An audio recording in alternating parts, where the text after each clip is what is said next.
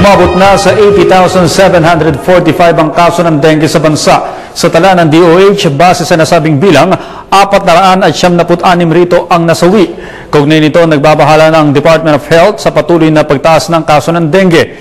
Dahil dito, pinangangambahan na posibleng magkaroon ng dengue outbreak sa Metro Manila at iba pang rehiyon sa susunod na linggo. Napatid na dagsana ang mga dengue patients sa East Avenue Medical Center sa Quezon City at sa San Lazaro Hospital sa Maynila kasabay ng pagpasok ng buwan ng Agosto.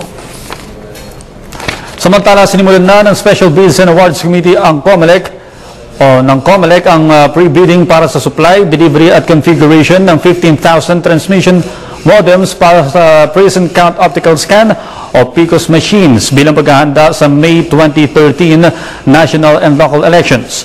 Ayon kay Director Helen Aguila Flores, chairman ng COMELEC SBAC, hahayaan nila ang mga bidders na makapagsagawa ng non-binding at non-certificatory testing sa compatibility ng kanilang produkto sa PCOS bago magsumiti ng bids. Nagkakahalaga ng kabuuang kontrata na 154 million pesos inclusive ng lahat ng taxes. Isasagawa ang bidding na bukas sa publiko alinsunod na rin sa implementing rules and regulations ng Republic Act 9184 o Government Procurement Reform Act. At yan po naman ang aming mga nakalap na balita at impormasyon. Ako po si Audrey Goriseta.